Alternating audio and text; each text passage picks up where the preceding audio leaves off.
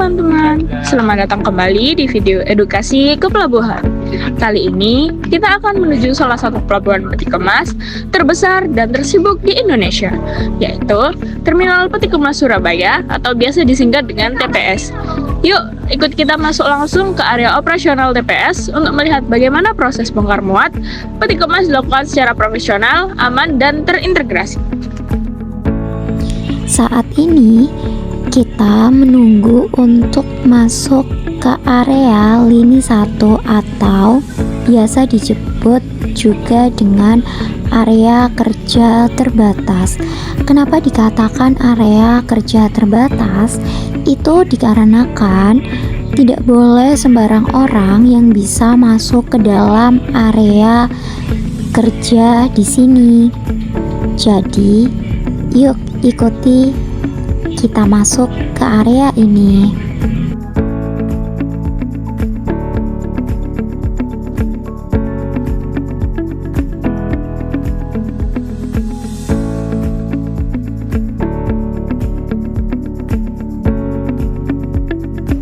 Saat memasuki area lini 1, di sebelah kiri terdapat Container Freight Station atau CFS dengan luas sekitar 10 meter persegi. CFS memiliki dua fungsi utama, yaitu sebagai tempat penampungan peti kemas LCL, yakni kontainer yang berisi barang dari beberapa pemilik, serta sebagai area pengelolaan barang sebelum didistribusikan.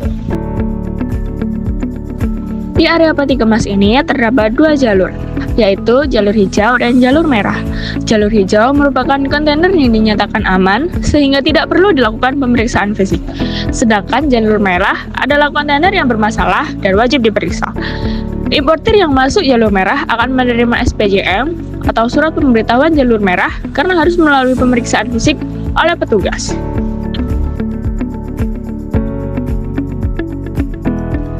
Beralih ke area sebelah kanan, terdapat area kontainer ekspor atau bisa disebut kontainer yard ekspor.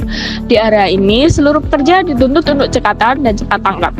Ketika kegiatan bongkar muat hampir selesai, seluruh dokumen harus sudah selesai dan dinyatakan clear oleh Bea Cukai dan Syah Bandar. Setelah itu, pihak pelabuhan segera menghubungi Pandu dan Tunda agar kapal dapat langsung berangkat setelah bongkar muat selesai. Di area ini juga terdapat tempat pemeriksaan produk pertanian dan hortikultura seperti buah dan sayur impor yang akan dikonsumsi masyarakat. Produk tersebut wajib diperiksa dan dikarantina terlebih dahulu sebelum diedarkan. Setiap kapal kontainer dilengkapi dengan pagar pengaman sehingga kendaraan dan peralatan dapat masuk dalam kapal dengan aman. Hal tersebut dikatakan sendiri oleh salah satu pekerja dari pekerja PTS di sini. Berikut penjelasannya. Kapal KN terbuka betul, tidak ada kotak-kotaknya. Kalau kapal kontainer ada Pak. Nah, ini pasti ada pagarnya, jadi dia bisa masuk ke dalam. Ya, di setiap bay itu ada pagarnya. Iya, betul.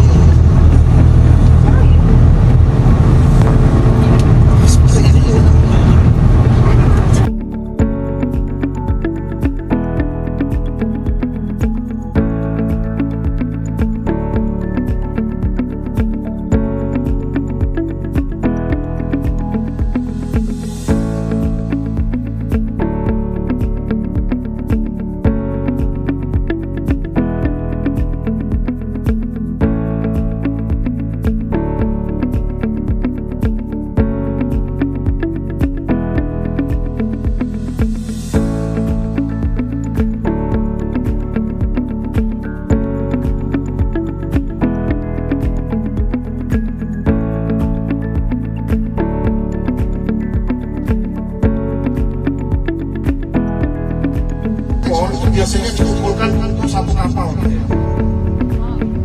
agar memudahkan pada saat pemuatan atau proses loading.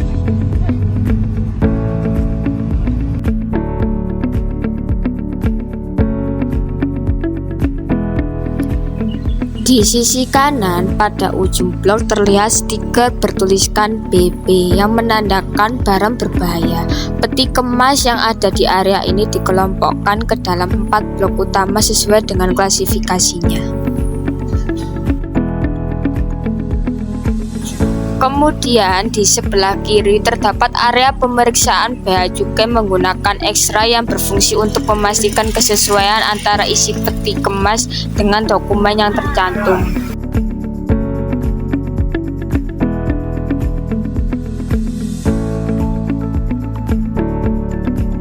Di area ini juga terlihat berbagai nama perusahaan pelayaran internasional seperti Max, Evergreen, dan lainnya yang menunjukkan banyaknya perusahaan yang beroperasi di terminal peti kemas Surabaya.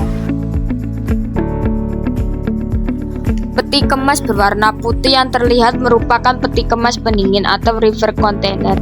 Di dekatnya terdapat area tegangan listrik untuk menjaga suhu di dalam kontainer. River container digunakan untuk menyimpan barang segar seperti buah, sayur, dan ikan segar. Truk yang melintas di jembatan ini merupakan truk dari TPS. Satu truk gandeng mampu mengangkut hingga 4 kontainer berukuran 20 feet sekaligus.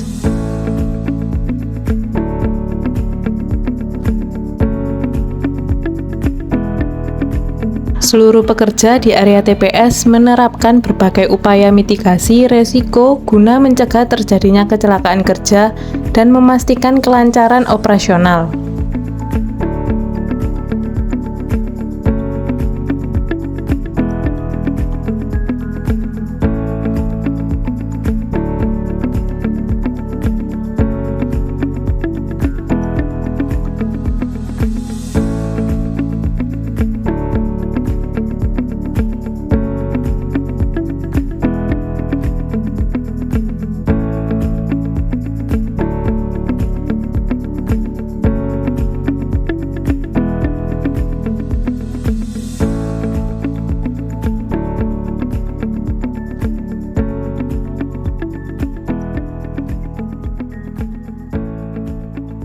Sejak tahun 1970-an, penggunaan peti kemas menunjukkan tren peningkatan yang signifikan. Saat ini sekitar 60% pelabuhan di dunia telah menggunakan sistem peti kemas, dan sekitar 60% kapal juga telah beroperasi melalui terminal peti kemas seperti TPS. TPS, pengiriman barang dapat dilakukan langsung ke negara tujuan seperti Jepang atau melalui sistem transit terlebih dahulu. Sebelah kanan terlihat dermaga domestik dengan panjang sekitar 450 meter. Area TPS ini memiliki luas sekitar 22,7 hektar termasuk jembatan yang digunakan untuk aktivitas operasional. Selain itu, terdapat juga terminal Ro-Ro, yaitu terminal khusus untuk kapal Ro-Ro yang di dalamnya berfungsi sebagai area parkir kendaraan.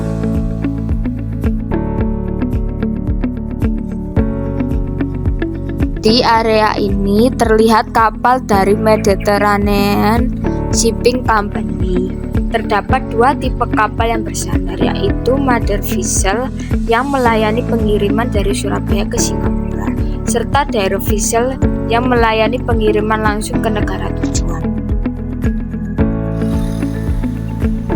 TPS tidak hanya melayani pengiriman barang mati, tetapi juga barang hidup. Untuk pengiriman kuda, pintu kontainer dibuka sebagian dan harus didampingi oleh pawang khusus.